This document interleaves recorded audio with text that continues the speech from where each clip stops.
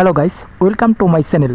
আপনারা যারা সত্যি ইংরেজি শিখতে চাচ্ছেন বা ইংরেজিতে কথা বলতে চাচ্ছেন তাদের জন্য আমি বলবো আপনারা একবারে শিখতে না গিয়ে প্রতিদিন কিছু কিছু ইংরেজি বাক্য শেখার চেষ্টা করুন আর বেশি বেশি প্র্যাকটিস করুন। আপনি প্রতিদিন 10টা থেকে 12টা বাক্য শিখুন এবং সারাদিন এগুলোই প্র্যাকটিস করুন। তারপরের দিন আবার 10টা অথবা 12টা করে বাক্য শিখুন। এইভাবে অল্প অল্প করে যদি আপনি ইংরেজি শেখার চেষ্টা করেন তাহলে অবশ্যই ইংরেজিতে কথা বলার জন্য অনেকটাই অগ্রগতি হবে। চলুন তাহলে আজকে মাত্র 14টি গুরুত্বপূর্ণ ইংরেজি বাক্য শিখে নেই। প্রথমেই আছে এখন দাঁড়াও। এখন দাঁড়াও এর ইংরেজি হবে stand up now. Stand up now অর্থ এখন দাঁড়াও।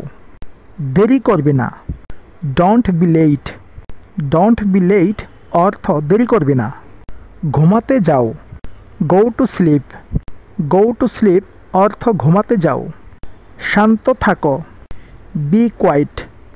বি কোয়াইট অর্থ শান্ত থাকো। শীঘ্রই ফিরে এসো, কাম ব্যাক সন। কাম ব্যাক সন অর্থ শীঘ্রই ফিরে এসো। এটা অনুসরণ করো, ফলো দিস। ফলো দিস অর্থ এটা অনুসরণ করো।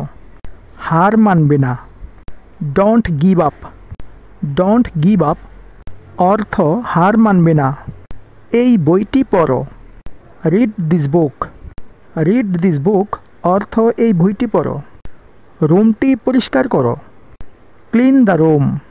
ক্লিন দ্য রুম অর্থ রুমটি পরিষ্কার করো। এখন বাড়ি যাও, go home now. Go home now অর্থ এখন বাড়ি যাও। কাজটি শেষ করো, finish the work. Finish the work অর্থ কাজটি শেষ করো। এখন বাইরে খেলো, প্লে আউটসাইড নাও। প্লে আউটসাইড নাও অর্থ এখন বাইরে খেলো।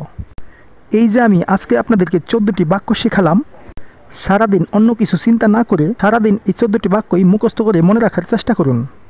এগুলো শেখার পর আমি আবার আপনাদের জন্য আগামীকালকে কিছু বাক্য তৈরি করে দিব। এইভাবে নিয়মিত আমার সাথে 1 মাস শিখুন। 1 মাস পর দেখবেন আপনার কাছে ইংরেজি অনেকটা সহজ মনে হবে। ভালো লাগলে ভিডিওটা লাইক করে দিন এবং আপনার সাথে শেখার জন্য বন্ধুদেরকেও শেয়ার করে দিন।